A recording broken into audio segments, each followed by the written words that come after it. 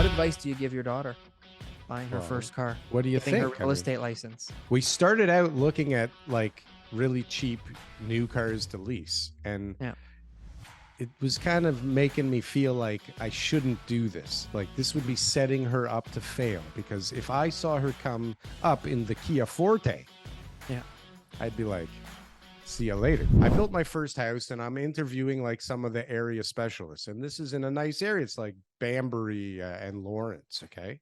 Lawrence and Leslie area.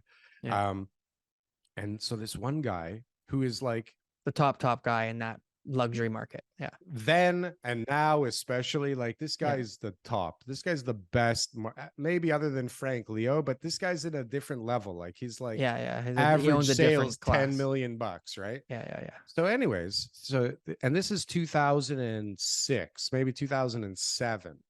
And he pulls up in like this beautiful Porsche, and he gets out and he's like all Don Johnsoned up. And maybe people don't know what that is, but like no socks, you know, like just really tailored, looking good, t-shirt under the jacket, sunglasses, like he just came off of a beach, right? And I'm like, man, this guy, how do I list with that guy? Charge me a fortune. No, I was like, I can't work with this guy.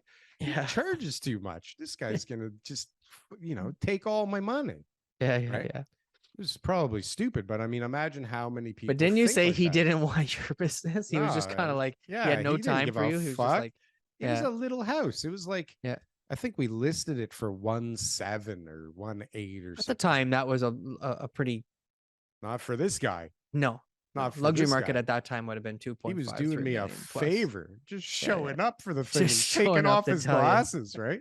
Looking in you in the eyes. Yeah. He's like, I put on shoes for this? Really? Thank God I didn't put on socks. I didn't put on underwear. Jeez. Man, I got it. So anyways, I don't think that that's a common thing. Your feelings, I think, are common. Is that when people see somebody who pulls up and they're, you know, too decked out, they got too much going on for them, right? And so, you know, these are the things that, you know. Now, okay, let's ask another question. If your realtor constantly talks about how much real estate he owns and brags about how many properties he owns, how do you feel about that? That's a good question. Are you like, oh, you know, he's smart, he's really doing the right thing? Or are you in the same boat as, you know, like it doesn't matter which stuff, like if he buys cars and boats, that's like too flashy and that he's probably wasting the money. Or if he's like, I'm investing it in, you know, multifamily residential properties, and I'm, partnering up with people who are very experienced in this space, and I've got, you know, all sorts of units throughout the province. Do you be like, oh, I respect that, and, you know, thank you for charging me market rates? I think I would respect that. I don't know that I'd be happy about the market rates ever from anybody. Okay. But that's just me. Okay. But this is the thing. People are wired different ways. Most people, like there's people that would see that guy come up and go, ooh, that's my guy.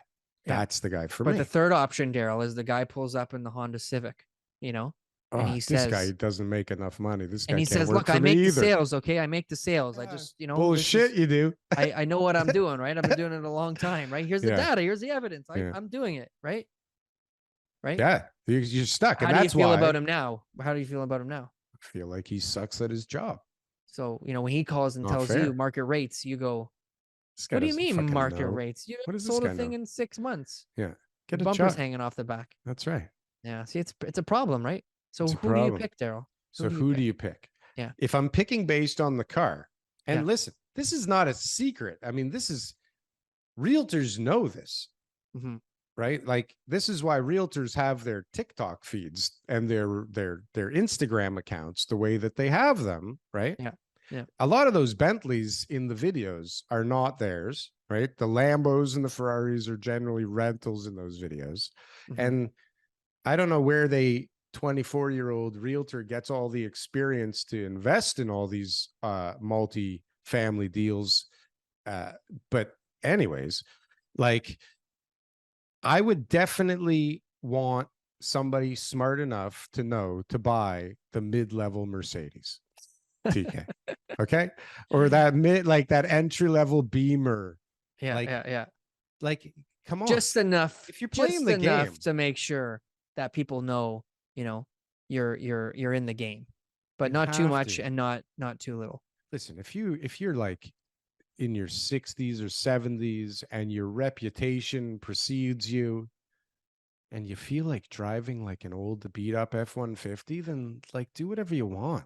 But when you're starting out, don't make me think that you suck right off the bat. And don't make me think that you're phony either.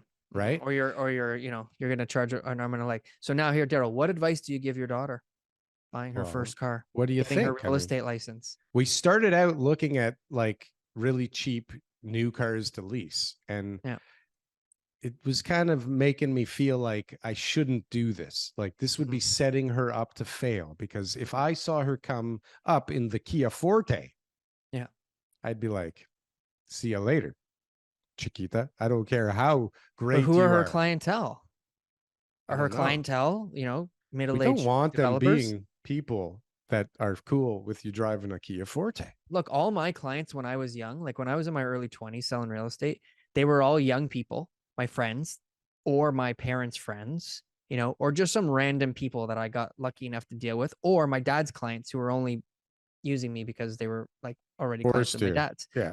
I was just doing all the work. Oh, great. So, but that's who it was. So like the car I drove a 2000 Chrysler Town and Country. It was leather seats. It had no air conditioning. I drove people around downtown, and during the summer times, I'd bring a cooler full of ice, bottles of water and ice, so that they were cold enough, because we'd have to drive with the windows down because there's no AC.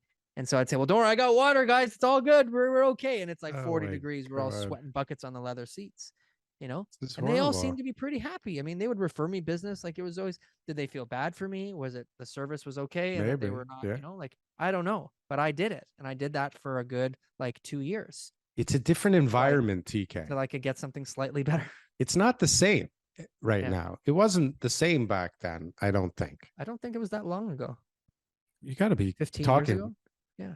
You don't think the world has changed in 15 years? Like, holy shit. There was no Instagram. And if there was, it was like, not like it is now. No. There's not any of this stuff. MySpace. Yeah, maybe. I don't even think I was ever on MySpace. Like, comment, and subscribe if you got anything from one of these clips. And if you want to see some more, press something on the screen here. Boom. That was good. That was good. I like that. That was good.